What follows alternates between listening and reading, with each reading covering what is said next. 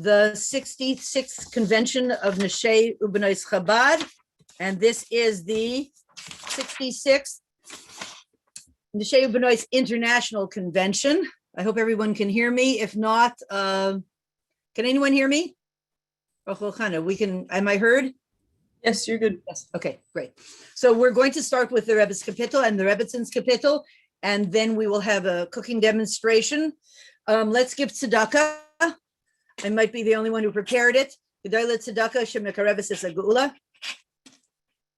Okay, Kapitel Kuf Chaf, the Rebbe's Kapitel. Shir malos el Adonai b'tzarasa li karasi v'yaneni.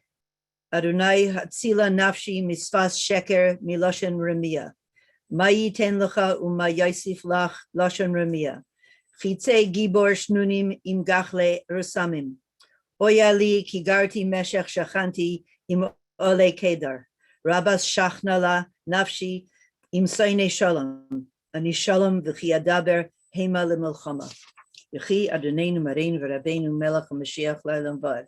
Yechi Adonenu Mareinu v'Rabbeinu Melech HaMashiach L'Olam Vad.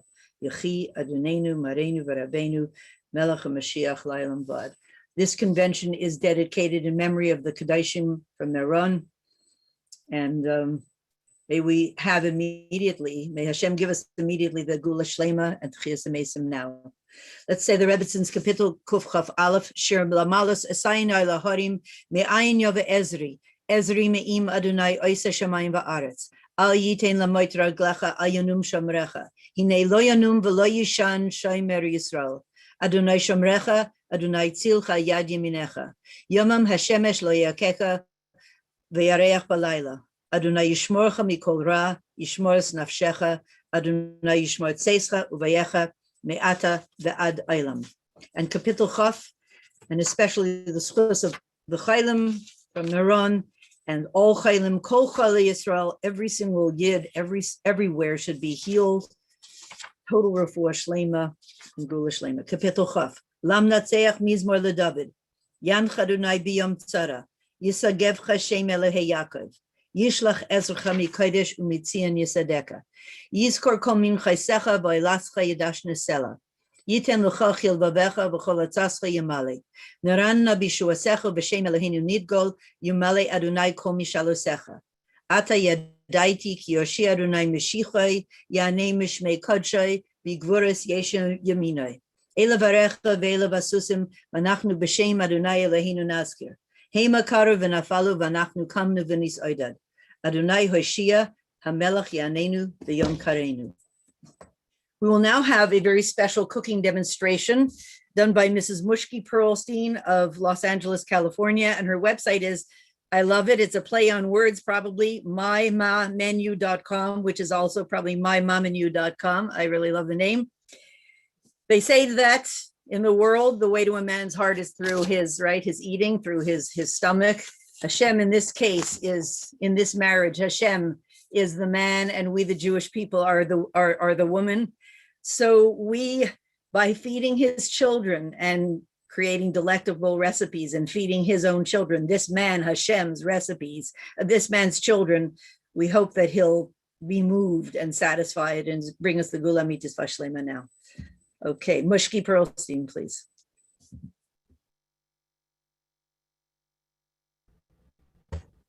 Hi. Thank you so much for having me here today. My name is Mushki, and what I do is called Mom and You. You can find me on Instagram at mymomandYou or mymomandYou.com. And what it is that it's a twist on my menu. Whenever you come to my table for Shabbos or for a Yontif, you will find a new menu every single time based off of seasonal ingredients, whatever holiday traditional foods you'll find there, based off of what's trending in the kosher world. And Mamanu is also for the Yiddish word mother. And it's all about the motherly love that we have in our cooking and the memories of the foods that our mother and grandmother used to make. And, you know, the love that we put into the food that we feed to our children and to everyone around us. I'm born and raised in Montreal. My father is from Crown Heights. My mother is a shlucha, born and raised shlucha to Casablanca, Morocco. So there itself, I already had two different worlds in food. And after my husband and I got married, we moved to Eretz Yisrael. We lived in Yerushalayim and in Nachlaot. So really just a few minute walk from the Machane Yehuda Shuk. And I was there probably every single day. I worked part-time in the morning. In the afternoon, I was there every single day scouting it for just the freshest produce and the freshest bread and the chicken, the meat, the fish, everything there is so fresh. Everything is kosher, of course. So that's where the foodie in me was born. That's where it all started, seeing it all right there in the shuk. After we lived in Eretz Yisrael, we moved to Cape Town, South Africa. And in Cape Town, we got to really experience and eating in the local people's homes and also just learning a whole new type of kosher food because, you know, it was all new products that I was so not familiar with. So it was an incredible learning experience for me. After Cape Town, we lived in Knoxville, Tennessee. So there was a whole another southern element of cooking and food. And 5 years ago, we moved here to Los Angeles, and my husband and I co-direct the Nila Chabad. And here's where I was able to experiment and host people at my own table. And it's been an incredible ride. So thanks for being here. Let's get right to it. And the recipes are available for download, so look out for those. And when you come to my table, you will know that you can always find a nice drink to start. So we're just gonna do something very simple and very, very delicious. So let me lower my camera a little bit and let me show you here. I've got a glass with a little bit of ice right here at the bottom. And what we're going to do is put equal parts of seltzer, club soda, any kind of bubbly water or soda, anything you like. We will do equal parts of that. So half here of our sparkling mineral water and half of orange juice.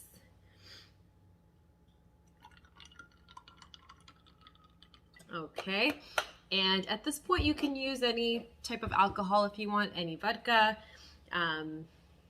tequila if you like, and then we top it off with a little bit of this. It's called grenadine syrup, and it's a very pink color, and it just gives it a beautiful sunset look here at the bottom. So if you want it to be a little brighter pink or purple, you can add more color. Here I'm keeping it pretty soft. And I just want to make a l'chaim. I want to wish you all only health, wealth, happiness, so much nachas. And yeah, time to enjoy it all. L'chaim.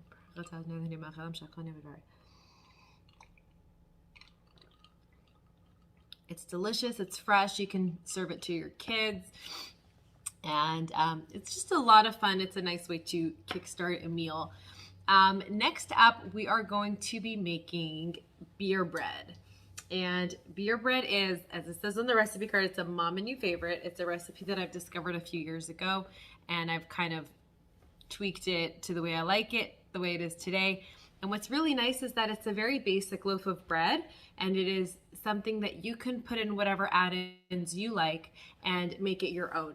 So behind me here, I'll show it to you soon. I have a scallion beer bread that's already baked, but I'm going to show you the step-by-step of it, how easy and simple it is to put together. And it's 4 dry ingredients, 1 12-ounce beer, can or glass, and then you top it with you brush it with some oil, and that gives it this incredible crunch. So you can bake it either in a loaf, or you can bake it into minis, into a muffin tin or in ramekins, and it is really, really, really, really delicious. You make the bracha hamaitzi, and so I do use this as challah for Shabbos when, you know, when I didn't have time to make it to the store to buy challah or to bake challah. Here, you don't need to let it rise. So you put it together, mix it up, and pop it right into the oven. So let me show you how simple and how fun this is. Okay, so I have a bowl here, just about a medium-sized bowl. We start off with 3 cups of flour. So that's already measured out right over here, 3 cups of regular flour. You could use whole wheat, you could use spelt. Those are all perfect. After that, we have a tablespoon of baking powder. After our baking powder, we have a teaspoon of salt. Goes right into our bowl. And our 4th dry ingredient is our sugar, a 1/4 cup of sugar. And this really balances out the beer. So if you're not a major beer lover or beer drinker, you really don't like it, you will like this beer bread. You really will. And what you can do is use a softer kind of beer. The heavier beers will come through the flavor, but the lighter beers not as much. So go ahead and use a whisk and bring all those dry ingredients together. Combine them nice and evenly. And then we will go ahead and add in our 1 wet ingredient. So give me 1 sec, I forgot my bottle opener. And a loaf pan. Here's my bottle opener. Let me grab my loaf pan.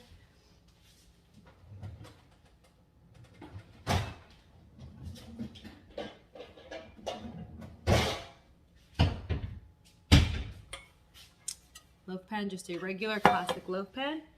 And go ahead and spray it with some non-stick cooking spray, or use a parchment paper to line it.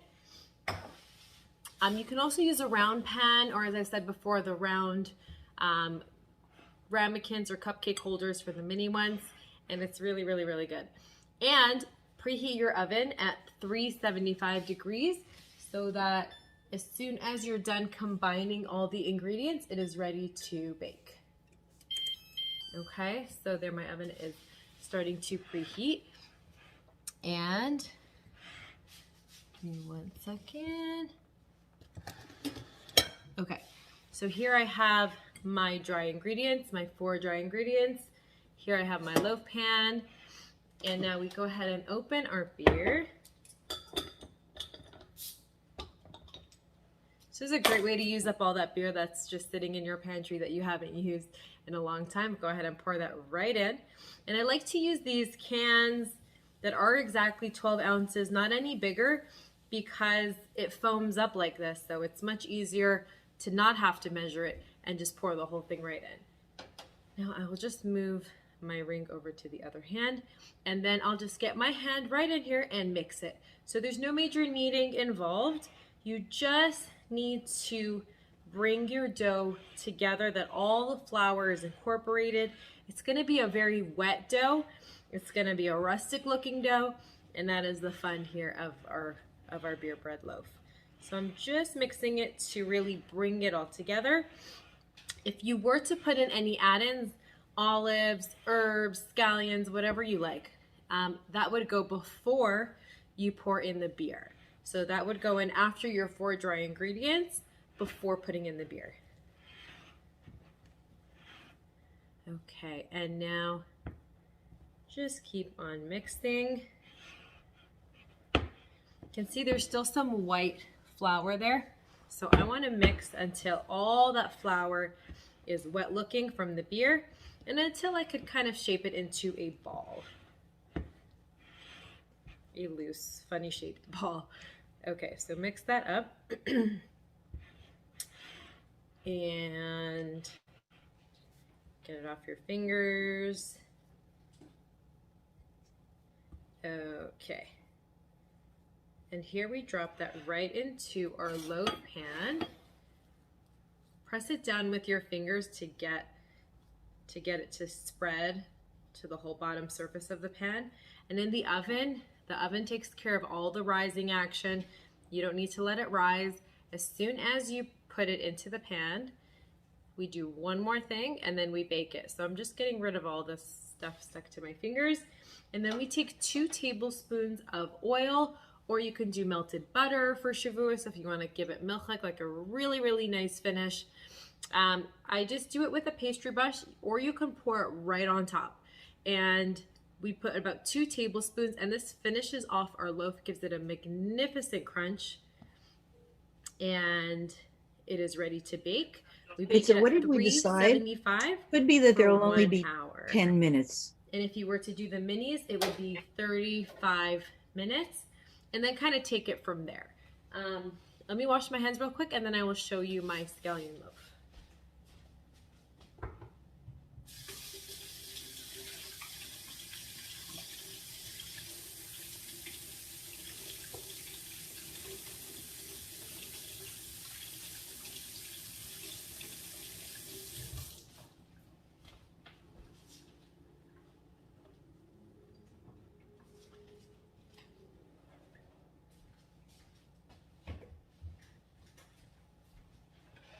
Okay, so here's my scallion loaf. First off, you can see, let me raise my camera just a tad. Okay, you can see here how it's nice and golden.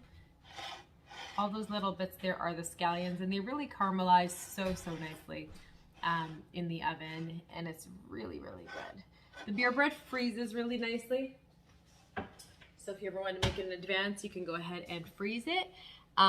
It also, so freeze it and then pop it in the oven for a little bit. You really want to get the crunch back. So once you freeze it, put it back in the oven for like 10-15 minutes at 350 just to re-toast it up. It's also good next day, like Shabbos day, if you would make it on Friday, but I would say it loses the crunch. So really best case is if you make it on Friday for Friday night, the best. So I'm just gonna take this loaf, put it in the oven as soon as my oven gets hot, and I set it for 1 hour, and then by the time we're done here, it'll be ready to go. Okay, so that is my beer bread. And next up, we are gonna do a sun-dried tomato and almond dip. So this I'm gonna pull out my food processor for. It's great. It's a really good flavored dip. It's so packed with flavor that what you can do is, if you want to turn it milchik, once you blend it all together, you can add some sour cream to it, make it really creamy. And you can use that as a pasta sauce or as a dip for your challah, but also just straight up as is also really good as a dip. Let me flip this way. Okay. Perfect. So this are, lower it one more time. Okay, here it goes. So here's my food processor. Here is my recipe, and here goes. A half a cup of sun-dried tomatoes. So I use these dry ones from Trader Joe's. They are OU Pariv, and if you read on the recipe, if you use sun-dried tomatoes packed in oil, that's totally fine. Just put less oil in later. Later on in the recipe, we add 6 tablespoons of oil. So here, if you're using dry, you would use 6. If you're using sun-dried tomatoes in oil, you would do, you should start with about 3 tablespoons and then work your way up if you feel like it needs more creaminess. So I have a cup of sun-dried tomatoes, 1/3 of a cup of toasted slivered almonds. You can also use untoasted, you can use whole almonds. Totally experiment with the almonds. A clove of garlic, 1 peeled clove of garlic, 6 tablespoons of oil. Olive oil is what I used. If you don't like olive oil, use any oil that you like. 1/4 of a cup of nutritional yeast, and I will show you in the package. It's just like yellow, dry kind of powder. It is this. Nutritional yeast, also from Trader Joe's, but you can also, I'm sure you can buy it elsewhere in a regular supermarket. And what it is, it's a sort of vegan's Parmesan cheese. So this itself packs a nice flavor, and it's great as a Pariv alternative for Parmesan. So to do it on vegetables or in dips, it's something that I use plenty. So that's 1/4 of a cup of nutritional yeast. and a teaspoon of salt right over here. And then in this bowl, I have the last two ingredients, the 2 tablespoons of water and 2 tablespoons of apple cider vinegar. And these also just bring out flavor, and the water is what makes it just come together creamy. Otherwise, it's a very, very thick dip, and that's kind of nice. It's a spread to spread that onto your challah. So let's go ahead and blend that. Sorry about the noise. And you'll see how it comes together, and let it blend really, really well till the sun-dried tomatoes fully break down and you have a deep red color of the dip.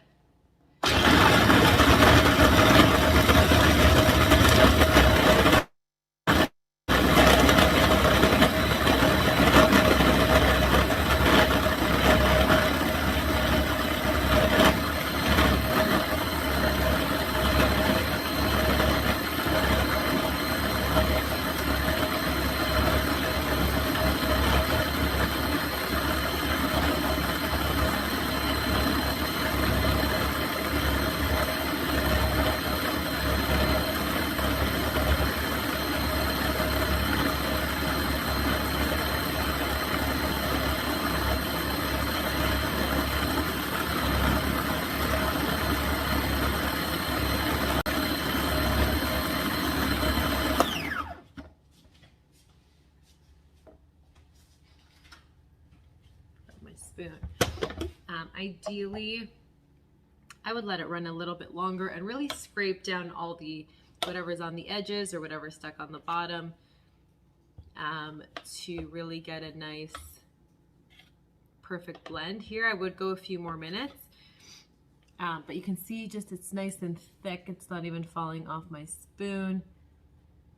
I would say it's more of an orange brown kind of color. And it's really, really, really, really tasty. I'm gonna slide this over.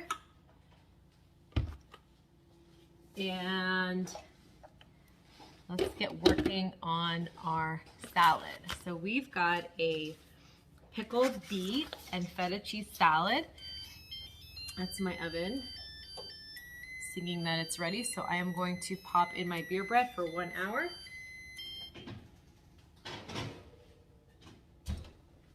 And set that.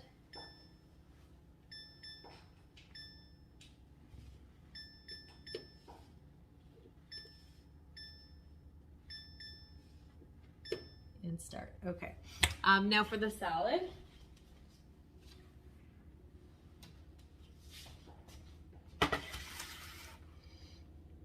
All right over here.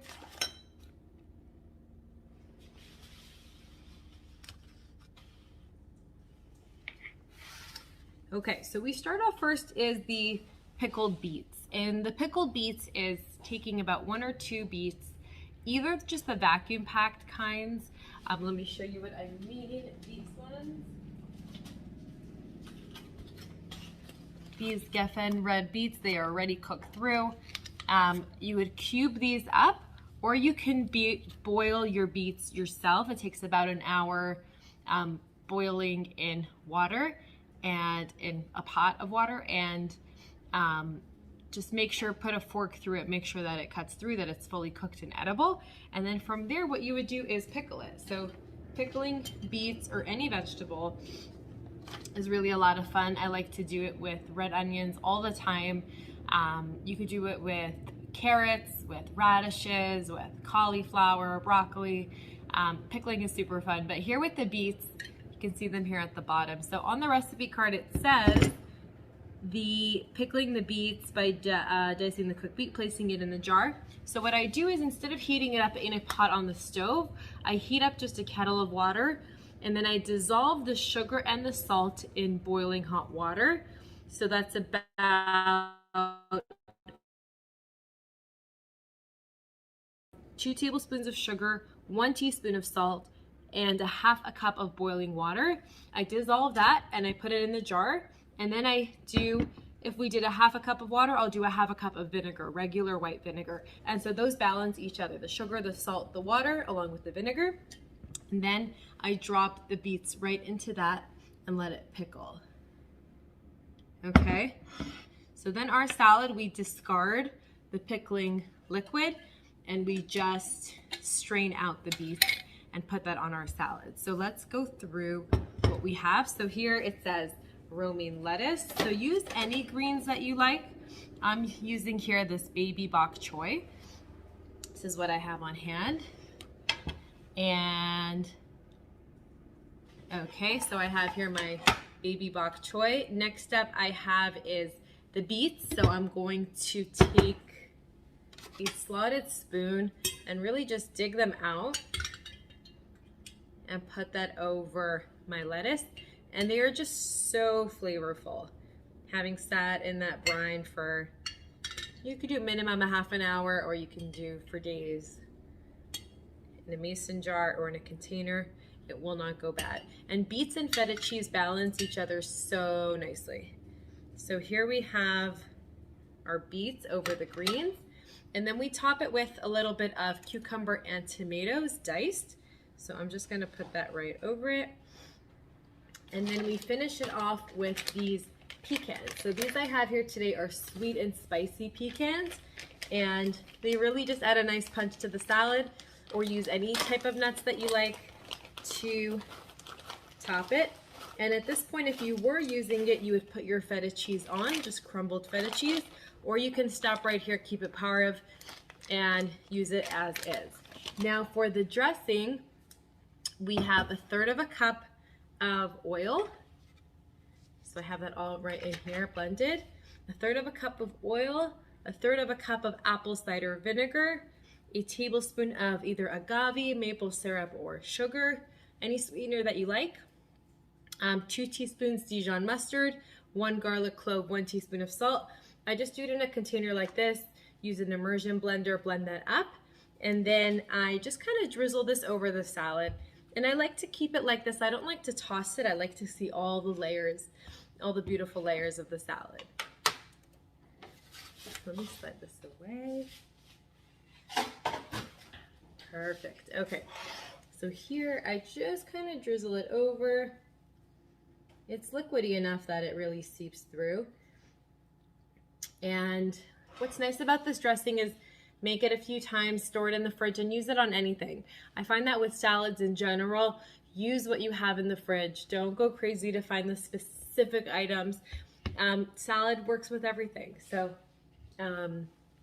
this is our beautiful pickled beet and feta salad with this beautiful apple cider vinaigrette. And I want to wish you all a beautiful, beautiful Shavuos. If you look on the recipe card here at the top, it says mymomandyu.com. That is where I post all of my menus. All the recipes are there. So if you ever are looking for inspiration for a Yontif meal, for a Shabbos meal, if you're looking for new recipes, go for it and check it out. If it stresses you out, all these new foods, then don't go there. But it's really, really just a lot of fun of ways to just change things up at your table. Try the beer bread. Let me know how you like it. And definitely introduce drinks to your Shabbos table. And once again, thank you for being here. If you have any questions, you can reach out on Instagram or on the website, and or mymomandyu@gmail.com. And take care. Good Shabbos. Thank you, thank you, thank you so much, Mushki. In less than half an hour, a whole world of nurturing and nourishing.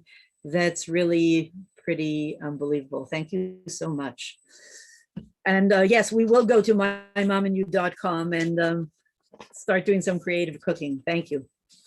So we're just going to say a little quick something before Rabbi Afton comes on. By the way, Rabbi Afton has a weekly shiur at noon every Friday, so we're going to be joining it, or it's going to be done specially for this convention. So from a feminine point of view, here's the question. We're preparing for Shavuos, and the question really that the Rebbe asks in the Sikha of this week of Bahar B'chukaisai, the Dvar Malchus, is why is it that the Torah was given in a midbar, in a desert? Because when you think about it, we just saw a kitchen and what you can do in a kitchen. And it was extremely balabatish. You know, you felt like you were being nurtured, nourished, taken care of. Just you felt yourself enveloped in that supported and nurtured type of environment. So you would think, since Torah is truth, it's going to be given in a kitchen.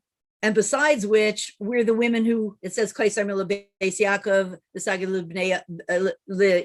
Yisrael.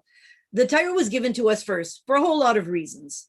The main reason being, it resonates with us more easily than it even does with the masculine energy. So if it was, and every single year the Torah is given anew, and we are now preparing for Matan Torah in an unprecedented way after a whole year of what we've gone through for the past year, this shutdown, lockdown. This is going to be a Shavuos, Tafshin Pei Aleph, such as never was before. Why in the world would it happen in a midbar, in a desert? Because as we say, a kitchen is a cozy, warm place. And Hashem told us, and we've heard it probably millions of times from the Rebbe, Hashem wants to feel warm, cozy in this world. It's called officially Dir B'Tachteinim. Hashem is telling us, hey guys, could you give me a place where I feel really warm and cozy? As we know from the Chafei Shvat Sicha, that the Rebbe asked the question, why isn't it a man who starts to usher in the Geula? In other words, Rebbe Simcha Mushka, her passing begins to usher in the last phase to bring the Geula. Why is it a woman? Why isn't it a man? And the Rebbe says, come on, you don't know? Take a guess. If you give a guy the job of doing a kitchen, it's going to be as basic as they come. It works, that's it. Who cares? No frills, no touches, no cozy little feelings, no warm yummies, just get the job done. That's the masculine energy. An apartment, a dwelling place for Hashem in this world made by a man, says the Rebbe, would be basic functional. Made by a woman, it's going to have all the cozy touches. Hashem says, good, I want the cozy touches one.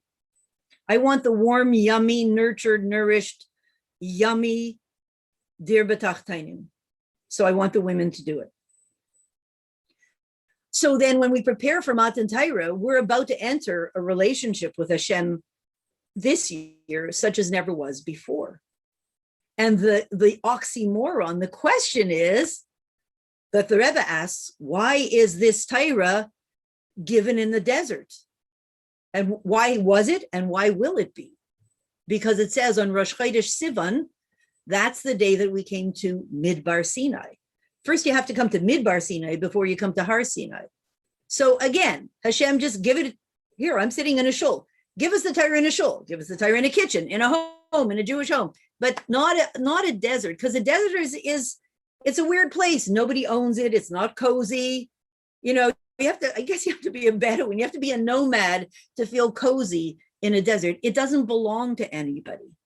It's a kind of energy it's not a settled energy. It's a very lofty kind of an energy. It's very almost disconnected. It's not a very grounded sort of an energy. So, and the Rebbe says, very simple. You look at this week's Pirkei Avos, it says, Basar Mamaris Nivra Ilam. The world was created with 10 sayings. It could have been created with 1, but it was created with 10. Why? And really, the Rebbe says, if it says it could have, it was. In the world, and in Torah, and in our lives, and in everything that we see, everything comes in 1, and everything comes in 10. There is an energy of 1, which is simply that unity, that essence unity with Hashem. And then there's the 10, all the different things. What does Hashem do when he creates the world with 1? As we say, the Rebbe says, if it says the world should have been created with 1, but it was with 10, it means it was. It was created in 2 different ways. With 1 saying, Hashem created the possibility that there should be a world at all. Because let's face it, if you are everything, if Hashem is everything, Einod Milvadai, he fills every space, where is he going to hide? How do you hide if you're everywhere? You can't hide. So therefore, for Hashem to create a world, and he's everywhere, how's he going to hide? That's a big wow. Only Hashem could do that. Only Hashem could be everywhere and everything and hide at the same time. That's what he did with the one mimer, with that one saying with which he created the world. He created primordial matter, so to speak, the possibility that there could be a world. And then he said, okay, so once we have a world, we do need lots of different kinds of phones. Not everybody likes the phone, lots of different, 18 pairs of glasses, 50,000 different kinds of pens, and how many flavors of ice cream. We need a lot of different stuff, billions, do multiplicity. That is created with the 10. So to sum it all up, we have both those energies and we feel it in our lives. When we learn Torah, there's one thing that happens. What do we get out of? So what do you get out of the whole day of all the speakers? I only got one thing. What do you get? Mashiach is unfolding. And ein od milvado. That's it. Hashem and Mashiach, and this is it. Let's say it in simpler. What did you get out of the whole convention? Imagine you travel here and you come back and you see your family. They say, so what do you get out of the whole convention? They say, you know what I got? What? This is it. It's now, right? This is it. It's Hashem and us and the world. This is it. That's the one. And in the 10, all the details of how this is it, where we fit in. So to pull it all together, why is the Torah given in a desert, in a midbar? That's the one energy. That's the energy. It's not the world of 10. The world is a place of 10. The kitchen that we just saw doesn't look like anybody else's kitchen. There's got to be one, and the recipes that we heard, those were unique recipes. They weren't just same old, okay, I'll teach you. They were different recipes. Those recipes came from the world of 10, where everything is different. That's part of Hashem's kindness. Everything is different. Billions upon billions upon billions of different things. At the same, that's the world of 10. The world of 1 is, it's all just Hashem. The Torah being given in a desert, not that world, not that settled world of 10, but in a desert, enables us to tune into the energy of 1. It's just Hashem. There really isn't anything else going on. That's the only thing. Hashem, Mashiach, the vision. It's just one thing. If we were to receive the Torah in a city, we wouldn't be able to reach high enough to that relationship to pull the geula down. The kind of geula we would pull down into the world would be fairly limited. And in Hashem's chesed, he wants us to pull down a geula that is from the highest place, a place so high above the world that we don't even think we belong there. And Hashem says, we'll go there together, that desert, we'll tune into that energy together. Alone you can't go, just like when you're learning the Rebbe's Sichos and Maimarim. Those places that the Rebbe takes you to, that you explore in the Sicha and Maimar, I don't know if I would go there alone. There are some very deep places. The Rebbe says, we're going together. And we're going to open up vistas that no one ever traveled to and no one ever discovered before. And we're going to go there. That's the one. That's the desert. That's the midbar. And by going there, we bring down a level of geula that will be forever, that will be the real thing. So Yehi Ratzon, Hashem, we're ready. This Shavuos, we did what we needed to do this year, and it's overdue. We're ready for the Geula Mitzvah Shlema of the highest order. We're ready to do the Kabbalas HaMalchus of Mashiach, of Melech HaMashiach, who wants to bring down for us, with us, that incredible Geula. And may it be immediately now. I think it's time to, we have a couple of minutes. So I would like to just tell you something about Rabbi Afson. Everybody knows Rabbi Afson, Rabbi Gershon Afson.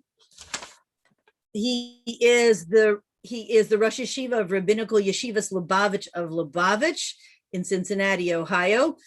And he teaches Pirkei Avos every Friday, as I said, at noon on Zoom. And we're going to post the link. I guess we can post the link now, if Rosh Hashanah can. Number one, we're going to post the link. If not now, then we will. Oh, here it is. Okay, but the link to go online from the Sheikh Chabad Lefferts Avenue Women's Shir conference calls. We need the link for people to go online. In Mashiach times, we'll just go to Cincinnati for an hour and then be home 10 minutes later. But so far. Whoever wants other information, please call Mrs. Simcha Gitlin at 718-773-3903. At the end, after, well, actually, I just want to make a few announcements about the program.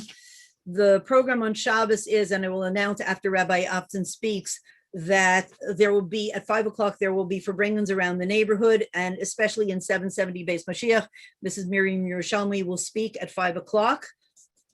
There will be a Motzei Shabbos program online with and a kumzitz with Mrs. Chanalea Nunes starting at 10 o'clock. Sunday is a very full day. Sunday morning is a program here online and there will be two speakers, Mrs. Nachamadina Handel and Rabbi Yonason Johnson. And then at 6 p.m., all of us, whether in person or virtually, go to 770. At 6 p.m., Mrs. Swirlove will be the chair lady, and we will have the full program that we've had classically for 65 years minus last year. Last year was a special year. So please join us for the entire program. What we want to say is that I have a clock here in my shul. Sometimes we feel like, there are a million speakers and there's lots to hear, and should I tune into this and that? For the Rebbe, the convention, Neshei U'Bnais Chabad convention, is something unique in the entire year. Unique in that, what we said before, Kaisaimer Lebeis Yaakov, the rest of the world says, why did Hashem give the Torah to the women first? Because we didn't do so well at the beginning. Okay, we didn't do so well at the beginning, but really, there's a Maila, and therefore for the Rebbe, it means everything to connect with us and empower us together just before Shavuos through Neshei B'nai Chabad convention. Rabbi Afson is here, so thank you so much in advance, Rabbi Afson, as again, the Rosh Yeshiva Rabbinical Yeshivas Lubavitch of Lubavitch with Pirkei Avos Shir. Thank you so much.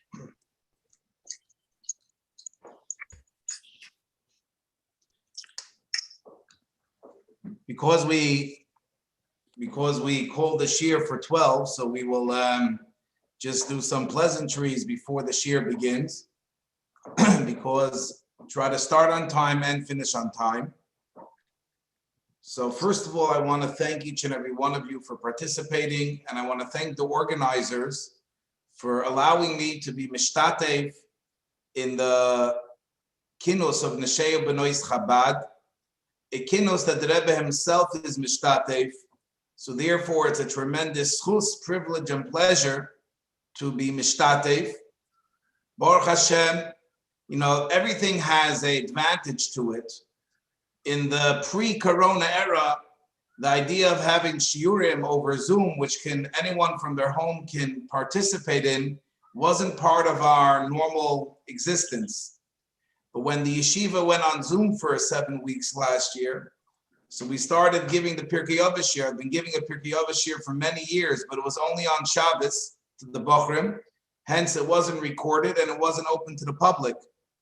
And I started making it for the Bochrim on Fridays, and I invited anyone that wanted to participate. And when the Bochrim came back, I felt, I can go home now, back to regular. But people asked that the shir continues, so the shir continues. Now it is 12 o'clock. so we can begin this year.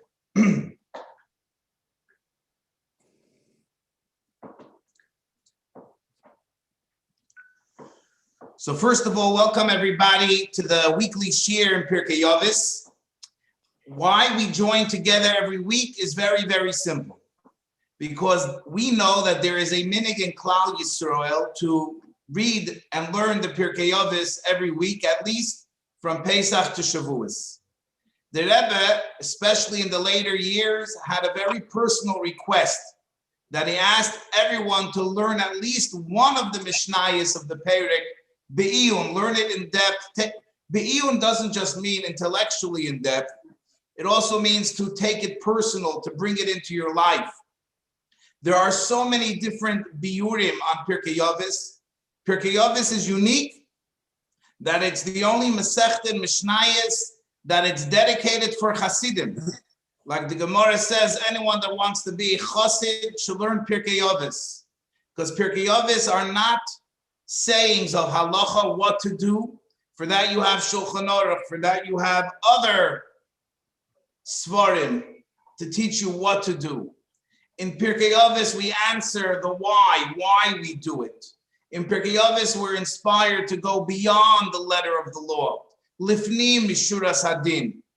And therefore, Pirkei Avos, in essence, is a big farbrengen. Each Tana in Pirkei Avos is farbrengen. His life story comes out in his farbrengen. What makes each Tana farbreng about a specific topic? It's the same thing. What makes each mashpia farbreng about a specific topic? It's usually something deep and it's personal to the Tana, to the mashpia, and thus he farbrengs about this topic with his mushpa'im. And therefore, the more we learn about the life of the Tana, the more we learn about the one that's saying the farbrengen, the more we can appreciate what he is saying and what context he is saying. Thus, every single week, we try together to learn one Mishnah, learn the life of the Tana of the Mishnah, and how his life is reflected in what he's saying in many different biurim. This week is very unique. Perek Hamishi, I would say for me, is the hardest perek to give a shir on. The reason why it's so difficult to give a shir on Perek Hamishi is because both of these inspiring components don't exist in Perek Hamishi. Perek Hamishi is basically facts. Ba'asora Maimoris Nivra Olam. The world was created Ba'asora Maimoris. There were 10 Nisim in the Beis HaMikdash, 10 tests of Avram Avinu. Seemingly, it's very non-Farbrengen style. It almost seems like a history book of facts about numbers. Very, very non-Pirkei Avos style. In addition, in Perek Hamishi, we have very few Mishnayos that we actually know who said the Mishnah. There's a few, but very, very few. And therefore, there is no room to elaborate on the life of the Tana because we don't even know which Tana said these Mishnayos. There are a few, and I want to just say that last year, we went through the Mishnayos that have Tanoim, and anyone that wants recordings of our previous Yurim last year's series should feel free to reach out to me at rabbiavtsin@gmail.com. But this year, as I approach the Pirkei Avos, and especially with the immense responsibility of having it part of the Neshei Chabad convention, I was literally thinking to myself, what can I give over in this Perek, which is so difficult to teach? And it hit me, and it made me realize that maybe the deepest lessons are in the Perek, which on the surface, you don't see any lessons. If you're coming with the assumption, with the Rebbe's approach, that every word of Pirkei Avos is milsa de chasidusa, every word of Pirkei Avos is speaking to a chassid, how he or she can enhance their avodas Hashem. So just because at first glance you don't see the lesson to be learned, If Chazal put it into Pirkei Avos, it's because it's Pirkei Avos. With this, the Rebbe is very, very literal, and I want to share with you a broader perspective.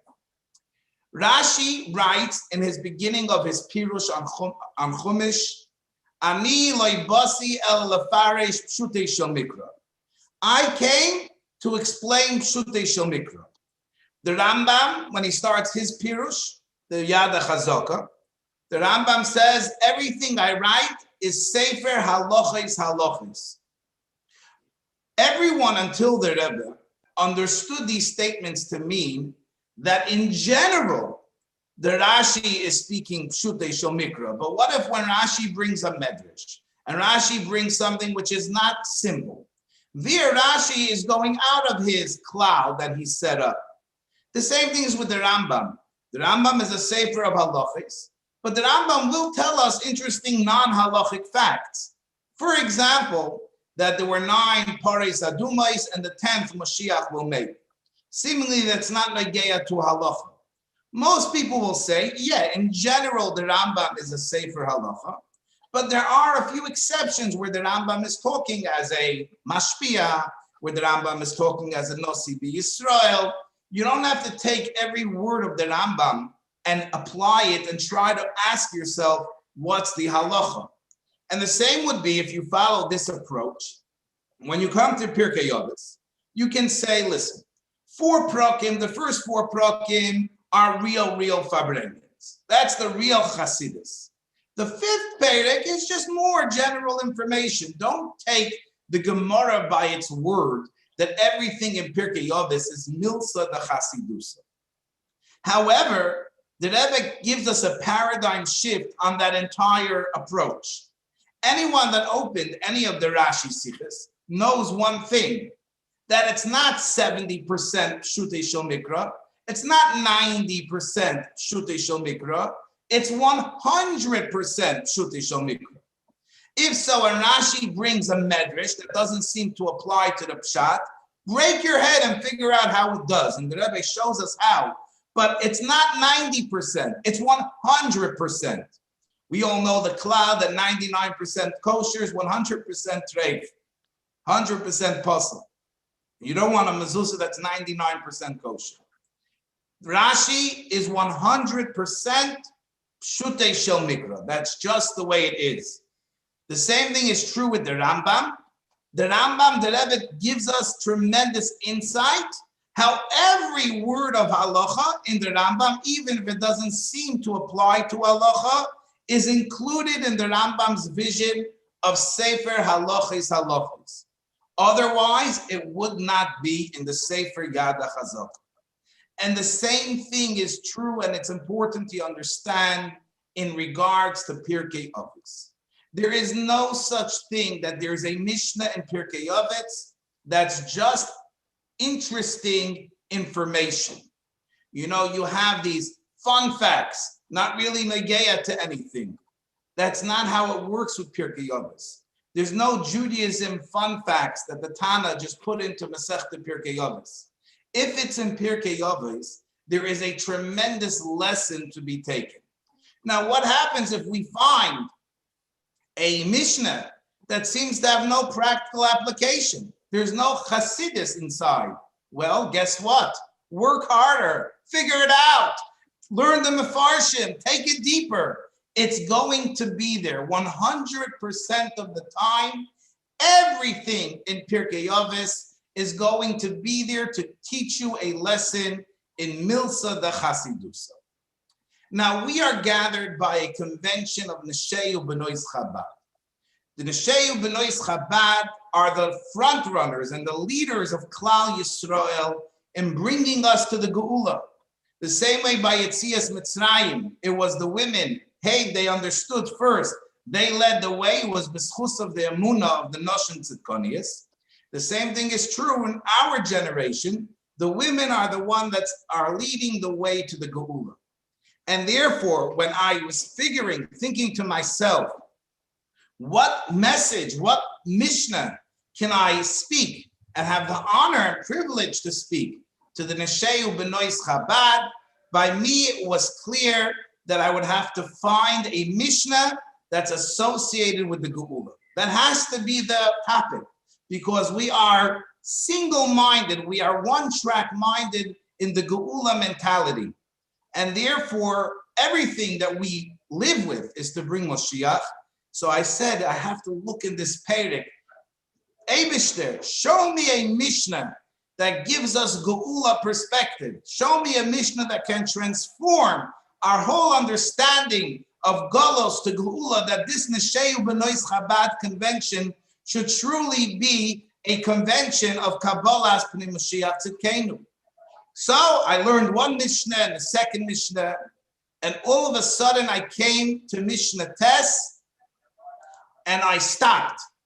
Because right there in Mishnah Tes, I shared the screen, we have a very, very fascinating statement where the Mishnah tells us a fact. We'll soon learn it in more in depth, but let's get to the fact. This is Mishnah Tes. Golos bala olam. If you want to know what brings Golos to the world, there are four primary causes, reasons behind Golos in the world. One is Oyivdei Avodah Zarah, if you serve Avodah Zarah. The second one is Gilei Arayah, someone that has immoral relationships. The third is Shvichas Damim. These are the killing somebody else, which everyone that's familiar with halacha knows that these are the three big ones that everyone must be willing to give up their life rather than serving Avodah Zarah, rather than having this immoral relationship, and rather than killing somebody else. And then the Mishnah adds a fourth one, Ba'al Hashmatas Ha'aretz, somebody that is not careful with the rules of Shmitas Ha'aretz, like we have actually Bashkocha Pratis. In this week's Parsha, Parshas Bahar, if you open up the Perek Chafei, Pasuk Yudches, the Pasuk says, Vasisem es chukoisai ves mishpatai tishmru vasisem oisam. If you follow in my ways, Vishaftem ala Aretz levetach, you will be able to be secure in Eretz Yisrael. And Rashi says that Yidden were in Golos for 70 years because there were 70 Shmitas that they did not keep properly. So to punish them, Hashem put them into Golos for 70 years. This is a Rashi in our Parsha. Now, when we learn this Mishnah, on one hand, we feel very good. We feel that we now know the reason behind Golos. On the other hand, reading this Mishnah in Pirkei Avos really begs the question. I'm talking, who's sitting by this shir? Not somebody that's a beginner that's trying to know halacha. Someone that's trying to go lifnim mishuras hadin. Someone that's trying to go beyond the letter of the law. And guess what?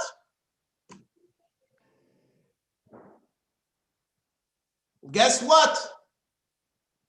We're talking to this group not to kill, not to serve Avodah Zarah, not to do Gilei Arayis. Seriously? Is this the Farbrengen of the week?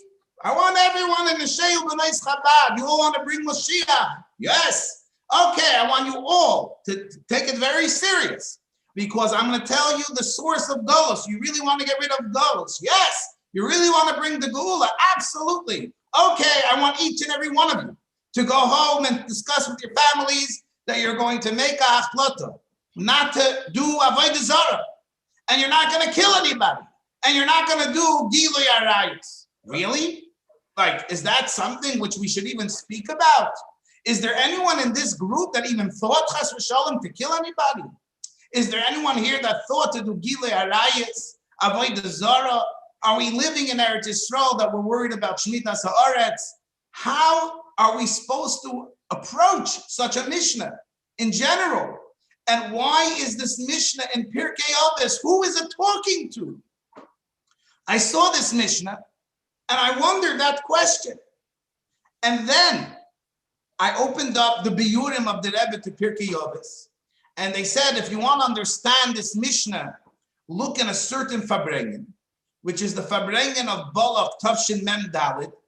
And I saw there that the Rebbe asked this very question, and the Rebbe says, I'll be honest, the Rebbe said this by Farbrengen. I looked in all the Svarim, and I've not yet to find somebody to ask and answer this question, how to apply this Mishnah. What is this Mishnah doing in Pirkei Avos? Now, why didn't any of the Mefarshim from any of the previous generations ask the question? Very, very simple. Because they didn't think that 100% of Pirkei Avos has to be for a chassid. It's only the Rebbe who so showed us and is so immersed in the fact that every detail of Pirkei Avos has to be applicable for a chassid. Only the Rebbe has the question. And therefore the Rebbe, beracham of agdoilim ubechasod of agdoilim, the Rebbe's rachmanis and the Rebbe's chesed and toiv showed us this path of how we approach Pirkei Avos, and more important, how we can apply it to our avodas Hashem. So the first thing, we have to lay down the foundation of the rest of the shir. And that is that when we read in the Mishnah, Avodah Zarah, Shvichas Damim, and Gilui Arayos, which, by the way, if you wonder why are these the big three, with all the seichodik explanations, it's brought down that Yidden live in the schus of the Avos. Avram represents the opposite of Gilui Arayos. We know that when Avram Avinu, he saw Sarah in Mitzrayim, he says, oh, I finally saw that you're Isha Yefas Toyara, that you're a beautiful woman. He was so tsanua that he never even noticed the beauty of his wife before. He's the opposite of Gilui Arayos. Yitzchak Avinu, who was a Oila Tmima, totally connected to Hashem, is the opposite of Avodah Zarah. And Yaakov Avinu, that by him the Chazal tell us, Ruvain b'choyri ata koichi v'reishis oini, that Yaakov Avinu was so tahar that he did not lose even 1 ounce of zera before he got married, which zera levatola is the idea of shvichas damim. Yaakov Avinu is the opposite of shvichas damim. He was such a darga. Therefore, these 3 mitzvahs, which represent the essence of the 3 avos, they started to be the central beings. If you're out of these mitzvahs, means that you're against any of our avos, you have no kiyum, you don't exist. In order to be part of Klal Yisrael, you need to be associated with our avos. What 3 mitzvahs are associated with our avos is Avodah Zarah, Shvichas Damim, and Gilui Arayos. But we, Hasidim, which are learning the Pirkei Avos this week, we must view these words with different lenses. We're not talking about your regular Avodah Zarah. We're not talking about your regular Gilui Arayos. We're not talking about your regular Shvichas Damim. That doesn't apply to us. We're talking about the Avodah Zarah, Shvichas Damim, and Gilui Arayos as it applies to Pirkei Avos. And I would love to share with you the Rebbe's perspective in this Mishnah, which is so enlightening. Let's start with the history of Avodah Zarah. We know that Avodah Zarah used to be a big Yetzer Hara for Avodah Zarah. We read stories about Klal Yisrael running to serve Avodah Zarah, hiding Avodah Zarah. And we, which we are not Groise Hasidim, we're regular people, when we learn these stories, we feel like, really? You want to bow down to Avodah Zarah? Like, we don't even understand the taiva for Avodah Zarah. But that's because we are gebenched. The Gemara says in Yuma the following story. This is Gemara Yuma Daf Samach Tes Amud Beis. The Gemara says that when Yidden, in the time of Bayis Sheni, there was a Navi called Nehemiah. And the Yidden came in the Bayis Sheni, and they were screaming out to Hashem. And they said, Vai, vai, oi, oi, look at Avodah Zarah. Look at you, the Yetzer Hara for Avodah Zarah. Because of you, our Beis HaMikdash was destroyed. Because of you, the Heichel was destroyed. And the tzaddikim were killed. Yidden went into Golos, and you're still around. After everything you did to us, you're still around. They told Hashem, listen, I know why you gave us the taiva for Avodah Zarah. Because the schar of overcoming that taiva is so great. So you gave us the challenge so we can overcome the challenge. Hashem, we are ready to give up on the schar. Please take away our taiva for Avodah Zarah. All of a sudden, as they were talking, a letter came down from Shemayim. And in this letter, there was one word, the word emes. That was in the letter. So they understood that right now it's an eis rotzen to get rid of the taiva for Avodah Zarah. So they came and the Nevi'im told them that if they fast for 3 days and nights, we'll be able to kill the taiva for Avodah Zarah. And sure enough, after 3 days, a lion made out of fire came flying out from the Kodesh HaKadoshim. And the Navi said, this is it. This is the taiva for Avodah Zarah. This is the Yetzer Hara for Avodah Zarah. Let's quickly conquer this lion. This is an eis rotzen for generations to come. Let us kill this lion. But the lion started roaring. Rah, rah. Mamish, when the lion roars, it's very, very loud. And they were afraid that Hashem will have Rahmanis on the animals that call out to him. And everyone heard the great roaring that was coming out from the Beis HaMikdash.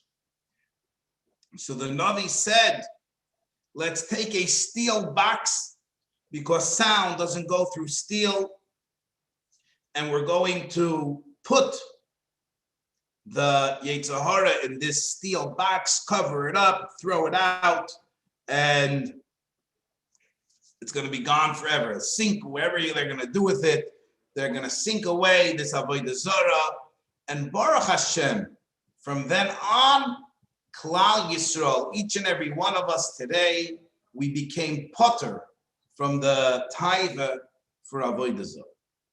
So obviously, it's not a challenge for us not to serve Avodah Zarah. But there is a different type of Avodah Zarah, which that really is part of our Avodah. What do we know about Avodah Zarah? We know that the Gemara tells us, the Gemara in Megillah Daf Yud Gimel, the Gemara asks a question.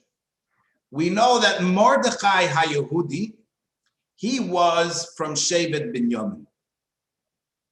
We know that. Ish Yemini, he was someone from Binyamin. At the same time,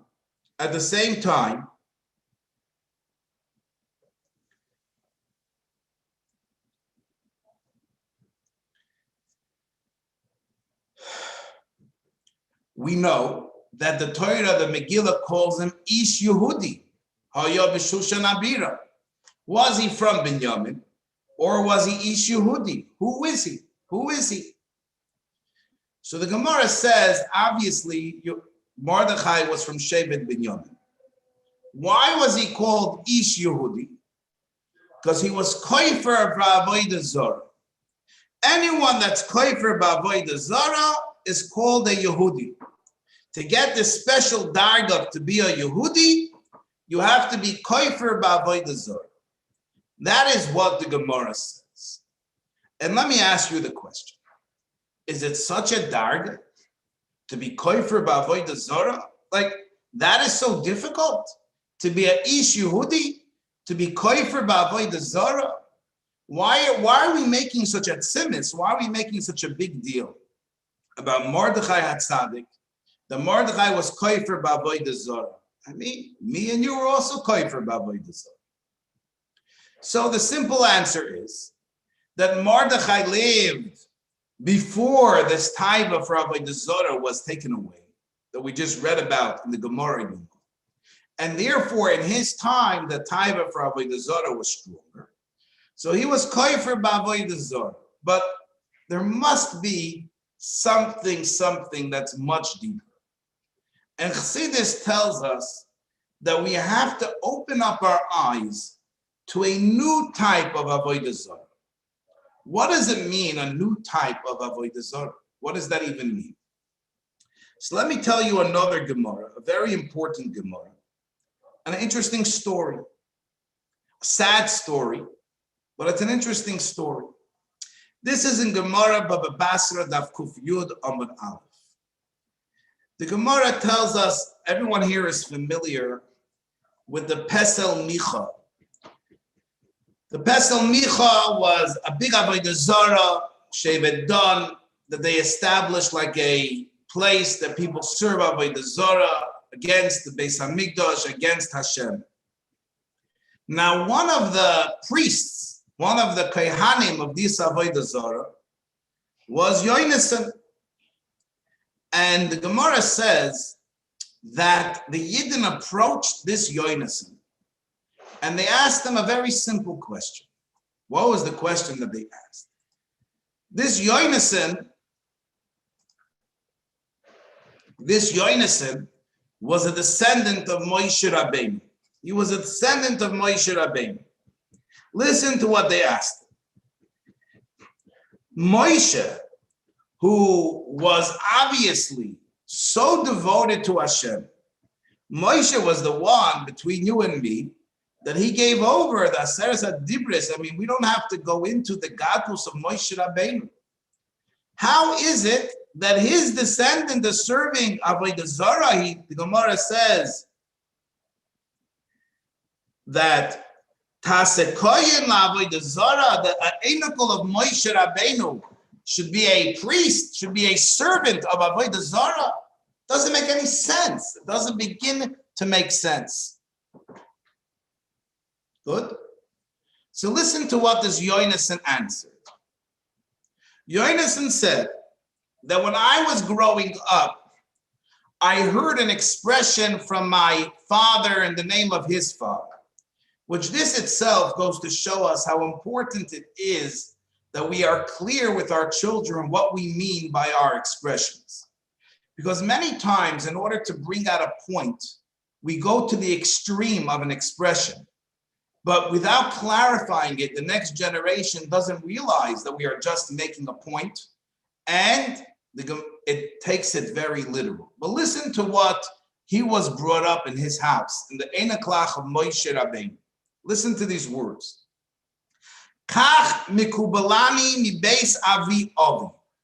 This is what I heard and I accepted, and I was raised in the house of my father and my grandfather.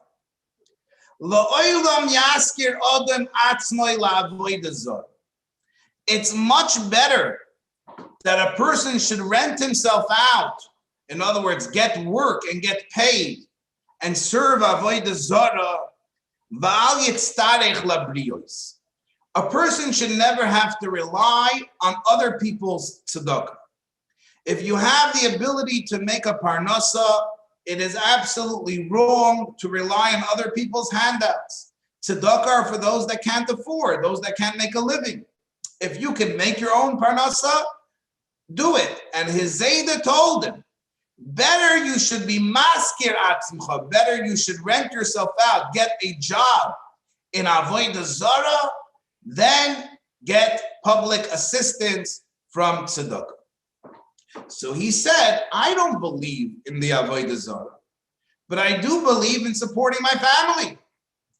And because I have to support my family, therefore I need to serve avodah zarah. That's what my Zayda said, that better serve avodah zarah than getting tzedakah. And the Chachamim, they started crying. The Chachamim that heard this, they said, you misunderstood everything. For someone that's from the level of an Einokol of Moshe Rabbeinu, imagine you have the son of the Rav, the Einokol of the Godel, a Rebbe Einokol. Imagine you have an Einokol of the Tzemach Tzedek. Just pick an example. He's a big meyuches. He's the Einokol of the Tzemach Tzedek, the Mittel Rebbe, the Alter Rebbe. And now he's stuck with the Parnasa. And he has a job. You know what his job is? he could skin the carcasses of animals. It's a low job, a smelly job, a degrading job. Or he can just get public assistance. For someone on such a level, that type of work is avodah zara. Avodah zara means strange, foreign work. Avodah zara doesn't necessarily mean serving getchkas. Avodah zara means avodah shezara loy. Someone of your caliber, it's not befitting to do such work. And they told him what your Zayda was telling you is that rather skin a carcass, which the prestige of our family is considered avodah shezara loy. It's considered avodah which is foreign. What do we have to do with this? It's a legal avodah. Someone has to do it. But someone from our pedigree, someone from our standard, it's beneath our dignity. Yet do it. Do it rather than accept public assistance. And that's when he realized that the word avodah zara can be translated two ways. And unfortunately, it wasn't clarified to this poor young man.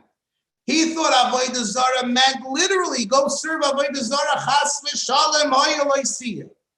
Really, avodah zara could mean avodah shezara loy, legal work which is not befitting our standard.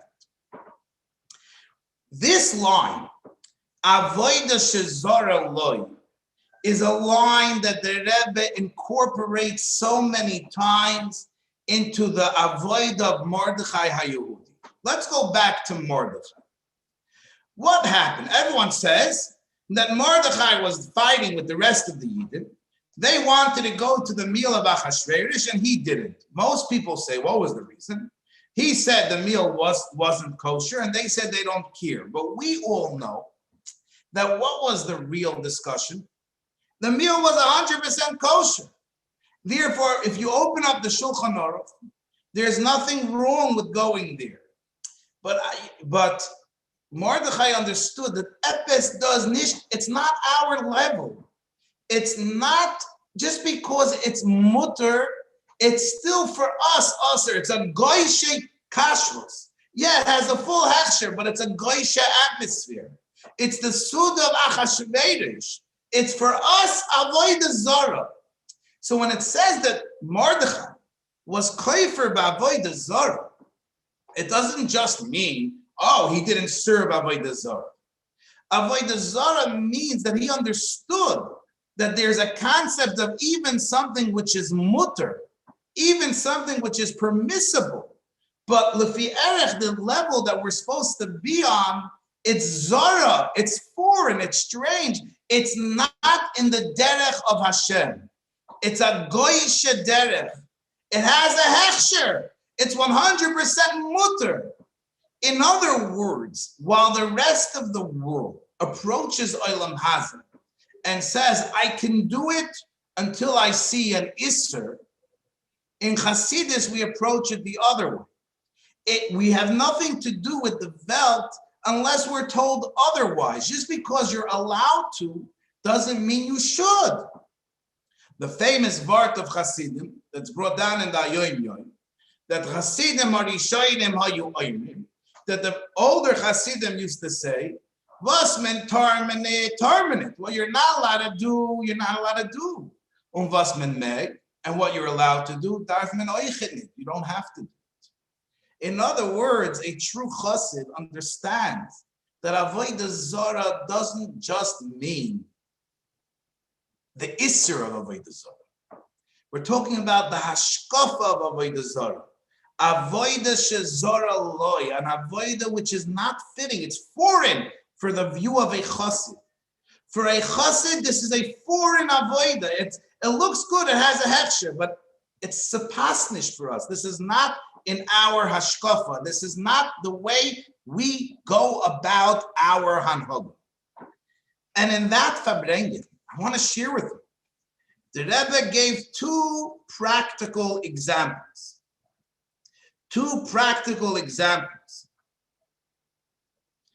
And one of these examples, until I learned the Sikha, to be honest, I'm very guilty of it. And it's something in today's social media that we're all very guilty.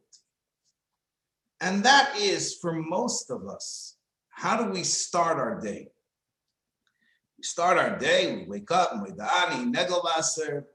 and very quickly we go to our phones to see if the world is still alive. How many missed messages overnight? Is the world still existing? Is Eretz Yisrael still alive?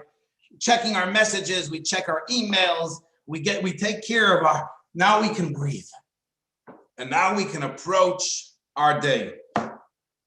The Rebbe says, and this is very strong words, and I'm just going to say it because the Rebbe said it, and everyone can apply it to themselves on the level that they are ready to. The Rebbe says, for a chassid that does any business of Olam Hazeh before they daven is avodah zarah. This is the avodah zarah of Pirkei Avos. That's totally mutter. We're a yid, he's Tori, wash negavaser. It's no iser. But for someone to have a hashkafa that Olam Hazeh comes before his relationship to Hashem, the dake dakos, that's avodah zarah. On a Pirkei Avos level, such a attitude of I'm going to call my stockbroker, I'm going to call my business associate, I'm going to take care of whatever I need to do before I talk to Hashem, says the Rebbe. It's avodah zarah for a chassid. And we want to bring Moshiach. We want to get rid of Golus. And therefore, anything Pirkei Avos is saying, we have to deal with the extreme avodah zarah, the chassidische avodah zarah, the avodah zarah which is mutter, the avodah zarah which is allowed. No, there's no isser with dealing with certain things before davening, or at the very least. And again, everyone has to. This is the words of the Rebbe. This right now, it's a little bit not. At least before brachas. How many times do we start checking things before we even say brachas to Hashem? But these are things. This is the avodah zarah of a chassid of Pirkei Avos. That we want to get rid of Golus. If you want the avodah zarah, we're not talking about that avodah zarah. That's gone. We want to get rid of avodah zarah. We want to get rid of anything. Avodah zarah means something comes before Hashem. That's what avodah zarah means. And on a dakos level, that could mean picking up the phone before we pick up our siddur, picking up our WhatsApp before we say brachas. Think about this. Everyone can apply this because I think we live in a social media era, which this can resonate very, very deeply. What we do before we talk to Hashem, and I don't know all of you or almost any of you, but I think this is something we can also apply to ourselves.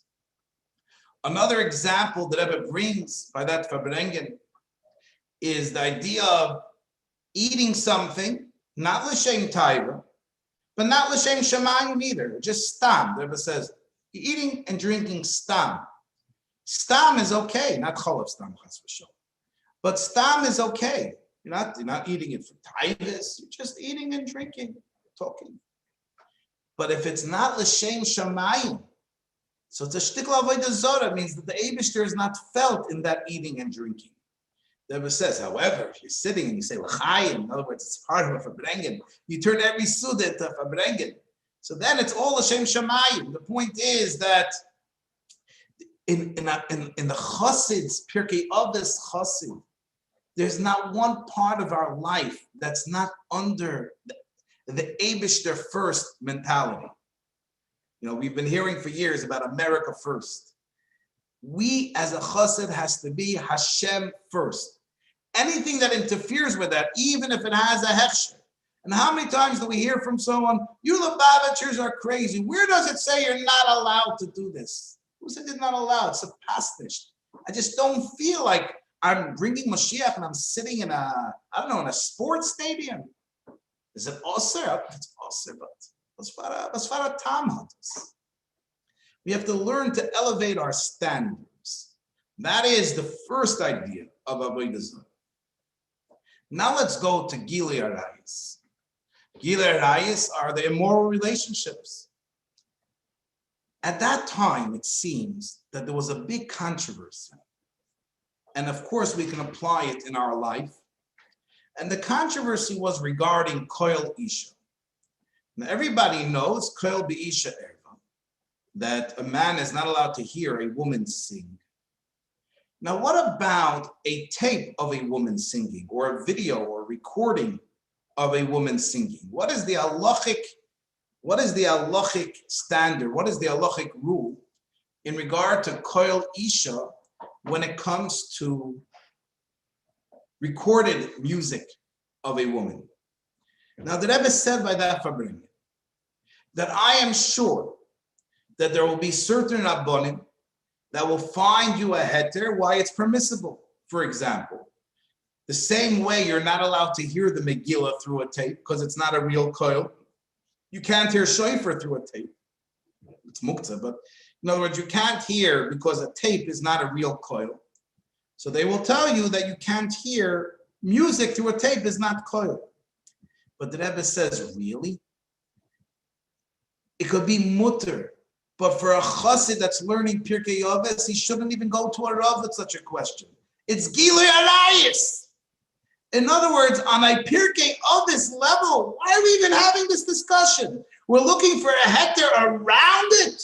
I want to tell you the truth. This is a personal thing. I remember I went to Eretz Yisrael, and someone told me, you want to see something amazing? I show you a kosher, I think it was a kosher McDonald's, or a kosher, or whatever it was. A kosher Subway. And I became nauseous.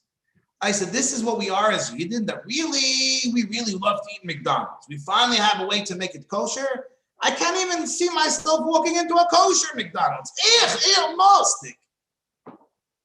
In other words, the fact that we're going to a Rav to get a heter for Koil Isha, says the Rebbe, that is, it could be mutter. But for someone that wants to bring Mashiach and he wants to get rid of Gilui Arayis, of Milsa the Chasidusa, it should be out of the question. Why are we having these discussions for Heterim? Why are we having these discussions for Heterim? It's mufrach completely. It should be out of our whole way of thinking. Someone says, it's okay, our Rav said it's okay. Gilui Arayis. Not halachically. But Milsa the Chasidusa on this higher level. And then we have Shvichas Damim. Obviously, anyone that's listening to this shir is not killing anybody, I hope. We're not killing people. We're not murderers. Who wants to murder? It's totally out of our ball game. No one's murdering. But we know, Chazal tell us that if you embarrass someone which this is the famous Gemara of Metzia Dafim Chesed Beis, it's like Shvichas Damim, you make someone's blood drain from his face. Now, everyone that's by this shir, that's learning Pirkei Avos, is not even doing that because we are such refined people. At least you are, the women. However, says the Rebbe, you know what happens sometimes? Even Hasidic Yidden, they justify it that when they're by a Fabrengen, or when they're trying to be Mekadev or elevate someone, we convince ourselves that there it's okay. Sometimes we embarrass him because we're trying to help him. The Baal Shem Tov says, why does it say twice? Just say Techiach as Hamisecha. Baal Shem Tov says, first start with yourself, then you can be Techiach. First work on yourself, and then Techiach as Hamisecha. But, says the Rebbe, there may be even room for such an approach, but it has to be mufrach from us. We're trying to get rid of shvichas damim for a chassid. And the Rebbe says there's Shulchan Aruch, you can learn Choshen Mishpat, the Alter Rebbe Shulchan Aruch, Siman, Einog, Nevas Das, Sif Lamed, where the Alter Rebbe goes through the right approach, how to give toichacha. It has to be quietly, it has to be a person, it has to be sensitive. We can't even do shvichas damim in a fabrengen in a way that we think is helping the other person. The idea of shvichas damim has to be completely mufrach. And the same is true with Shmitas Haaretz. The Rebbe says in Avodas Hashem, it's we know Shmitas Haaretz is the lack of emunah in the Eibishter, and there's many levels to that. I'm gonna put that on hold because we're running out of time. And I want to finish off with 2 points. One is that I hope from this year you realize that every word of Pirkei Avos is talking to the Chassid. It's not as it seems, the black and white. It's real and it's applicable. And there's lessons to be taken on every level of observance. Secondly, says the Rebbe, and this is what I want to leave you with. The Rebbe says, we see from here how much Hashem does not want Yidden to be in Golos. In order for a Yid to be in Golos, he has to do the worst Avedas, Avodah Zorah, Shvichas Damim, Gilei Arayos. Only then is the Eibishter forced to put us into Golos. Hashem wants us with him. Hashem wants us in Eretz Yisrael. Hashem wants to be reunited with us. So if each and every one of us come from this kinus of Nesheu B'nois Chabad, of this shir, and this fabrengen, and this entire weekend, and work on our personal Avodah Zarah, our personal Shvichas Damim, our personal Gilei Arayos, and Hashmata Shmita, that is the way we are ruining and destroying, uprooting the cause of Golos.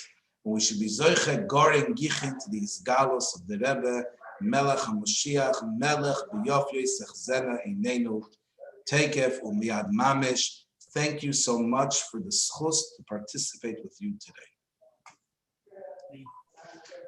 Thank you so much, Rabbi Afson. Very powerful words. I guess we're going to come out of this Shabbos, different people. Thank you so much. Please, everybody, remember that every Friday at noon, you can listen to Rabbi Afson do a Pirkei Avos shir. We're going to post the link again. I forget what Rabbi Afson said also, how to email him. I don't remember what it was, but maybe we can post all of this on the screen. Again, just to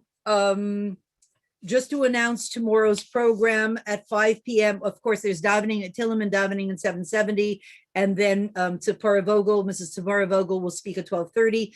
5 o'clock will be the shiurim around the neighborhood, especially in 770 with Mrs. Miriam Yerushalmi. The other speakers some of the other speakers will be Mrs. Sivia Jacobson, Sterna Ginsburg, Chaya Matasaf, Rifki Levy, and of course, Rabbi Chaim Levi Goldstein will be speaking tomorrow, all at 5 o'clock. The addresses will be right here. We really want to give a very big Yasher Kayach and a thank you to Mrs. Gitti Stolik, Rifki Levy, and Zora Sasson for arranging the shiurim for tomorrow, and in general, all the shiurim that they've been arranging throughout the whole year, and for organizing these farbrengens. The recipes will be put up soon, the recipes that we saw. Did we leave anything out? I think not. Other than we're going to leave this schedule up for a few minutes, and we wish everybody a good Shabbos, the Shabbos Mavarchim of benching not only the Shabbos to come and the month to come, but the Geula to come. It should be Shabbos Mavarchim, Geula Shleima, Geula Mitzvah.